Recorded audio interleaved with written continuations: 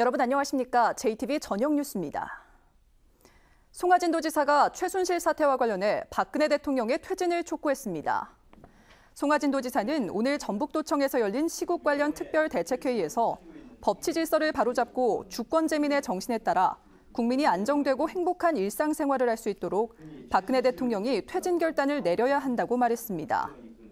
그러나 송 지사의 이번 발언은 국민의당 전북도당이 다른 시도지사와 달리 송하진 도지사는 최순실 사태에 관해 아무런 목소리를 내지 않고 있다고 논평을 발표한 뒤 나온 것이어서 송 지사가 비판을 의식해 뒤늦게 대통령의 퇴진을 촉구했다는 지적이 나오고 있습니다. 천주교 정의구현 전주교구 사제단이 박근혜 대통령의 퇴진을 요구하는 시국선언을 발표했습니다.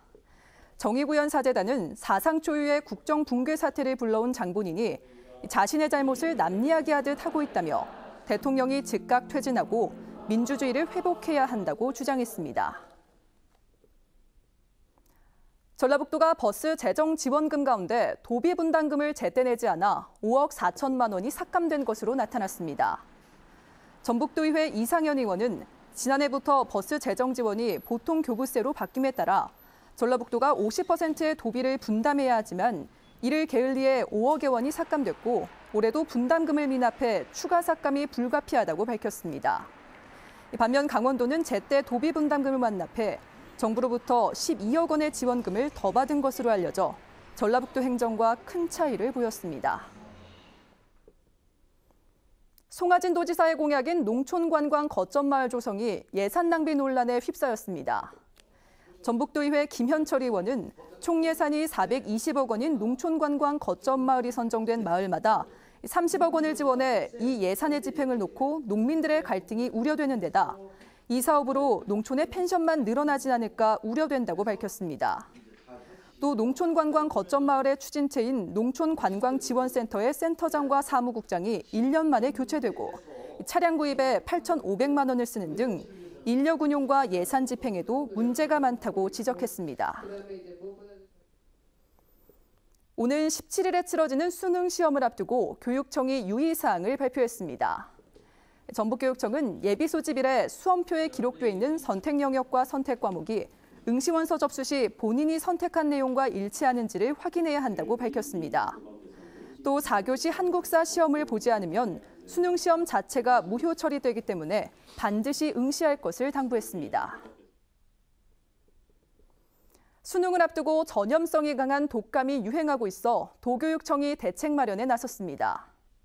전북교육청은 최근 전주시내 고등학교와 중학교 등 7개 학교에서 110명이 A형 독감 확진 판정을 7명이 의심 환자로 신고됐다고 밝혔습니다. 이 같은 환자 수는 지난해 같은 기간과 비교해 30배 이상 늘어난 것입니다. 전북교육청은 학교별로 소독을 실시하고 독감 확진 판정이 난 수험생 2명은 별실 조치에 시험을 치르게 할 방침입니다. 다음 달 군산 고군산군도의 토지거래 허가구역 재지정 여부를 놓고 찬반 갈등이 이어지고 있습니다. 전북도의회 박재만 의원은 주민들이 20년 가까이 재산권 행사에 제약을 받아 고통이 크다며 새만금 개발에 영향을 미치지 않는 지역을 토지거래 허가구역에서 제외해야 한다고 주장했습니다. 그러나 전라북도는 투기 방지를 위해 토지거래 허가구역의 재지정이 필요하다는 공문을 군산시에 보냈습니다. 최종 결정은 다음 달 8일 도시계획위원회에서 결정됩니다. 군산항 1, 2부두가 지금처럼 소형 선박과 분진 화물을 취급하게 될 것으로 보입니다. 군산지방해양수산청은 군산항 1, 2부두를 해경과 소형 영무선 취급부두로 바꾸려는 계획에 대해 군산항만업계는 물론 전라북도가 반대하자 1, 2부두의 기능을 전환하는 대신 내년에 용역을 통해 대안을 검토하기로 했습니다. 그동안 항만업계는 1, 2부두의 기능을 전환하면 다른 부두까지 영향을 받아 안전사고와 분진 민원이 늘고 물류 비용이 증가한다며 반대해왔습니다. 호남고속도로 3례 구간이 교량 공사를 위해 오늘과 오는 21일 부분 통제됩니다. 한국도로공사 전북본부는 노후화된 화전 2교를 전면 개량하기 위해 오늘은 호남고속도로 하행선 3례 구간을, 21일은 상행선 3례 구간을 부분 통제한다고 밝혔습니다. 도로공사는 공사기간 안전을 위해 제한 속도와 교통 안내에 적극 협조해 줄 것을 운전자들에게 당부했습니다. 전북에 거주하는 외국인 주민이 4만 4천여 명에 이르는 것으로 집계됐습니다. 이는 전체 도민의 2.4%에 해당하는 수치입니다. 국적별로는 베트남인이 1,300여 명으로 가장 많았고 중국인이 8,500여 명, 한국계 중국인이 6천여 명으로 뒤를 이었습니다. 전북경찰청 광역수사대는 가상화폐 투자를 미끼로 수십억 원을 가로챈 혐의로 54살 권모 씨 등 2명을 구속했습니다. 이들은 지난해 11월부터 최근까지 온라인상으로만 거래되는 가상화폐에 투자하면 매달 10%의 이자를 주겠다고 속여 229명으로부터 투자금 명목으로 40억 원가량을 받아 가로챈 혐의입니다.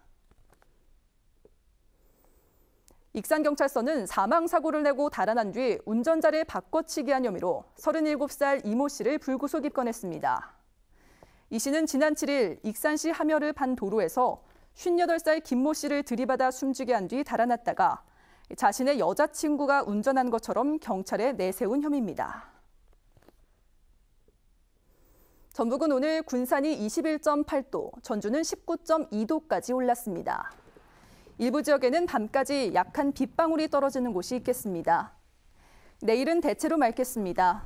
아침 최저 기온은 4도에서 7도, 낮 최고 기온은 11도에서 13도에 머물겠습니다. 바람이 강하게 불면서 체감 기온은 더 낮겠습니다. 바다의 물결은 2에서 4m로 높게 일겠습니다. 전주기상지청은 내일 오전까지 옅은 황사가 나타나고 미세먼지 농도가 매우 높겠다며 주의를 당부했습니다. 잠시 후 JTBC 8시 뉴스 예고입니다. 올해 초 출범한 전라북도 문화관광재단이 크고 작은 문제로 눈총을 받고 있습니다. 수의계약으로 한바탕 홍역을 치르더니 예산 낭비 논란과 독립성 침해 우려까지 제기되고 있습니다. 전북교육청의 빚이 1조 원을 육박하고 있습니다. 정부가 내려줄 돈이 부족하자 빚을 내 각종 교육 사업을 하도록 했기 때문인데요. 이자 상환에만 수백억 원씩을 써야 해 학생들의 피해가 우려됩니다. 최순실 게이트의 전북체육계도 촉각을 곤두세우고 있습니다. K스포츠클럽은 정부 요청으로 이름을 바꿔 회원이 급감했고 체육 관련 예산이 삭감될까 전전긍긍하고 있습니다. 대통령 퇴진을 촉구하는 국민들의 목소리가 확산되고 있는 가운데 전북 정치권도 한 목소리로 박근혜 대통령 퇴진을 요구하고 나섰습니다. 잠시 후 JTBC 8시 뉴스에서 찾아뵙겠습니다.